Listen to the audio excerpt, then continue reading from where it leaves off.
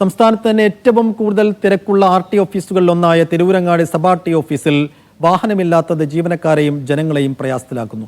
വാഹനമില്ലാതായതോടെ ഫീൽഡിലേക്ക് പോകാൻ കഴിയാത്ത അവസ്ഥയിലാണ് ഇവിടുത്തെ ഉദ്യോഗസ്ഥർ.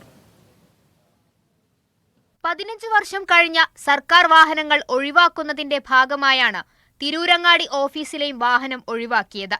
6 മാസമായി ഇവിടെ വാഹനമില്ലാതായിട്ട്.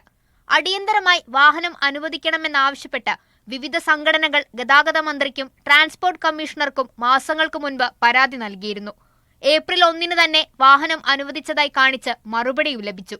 എന്നാൽ മാസം 6 പിന്നിട്ടിട്ടും ഇതുവരെയും തിരൂരങ്ങാടി ഓഫീസിൽ വാഹനം എത്തിയിട്ടില്ല.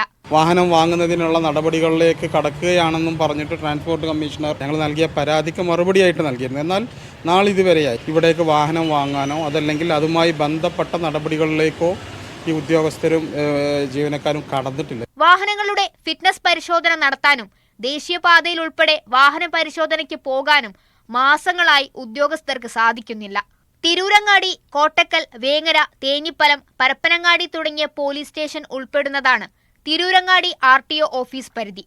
ടാക്സ് ഇനത്തിലും മറ്റുമായി അധിക വരുമാനം എത്തുന്ന RTO ഓഫീസിന്റെ ദൈനംദിന പ്രവർത്തനങ്ങൾ സുഖകരമാക്കാൻ അടിയന്തരമായി വാഹനം അനുവദിക്കണമെന്നാണ് ജീവനക്കാരുടെയും നാട്ടുകാരുടെയും ആവശ്യം.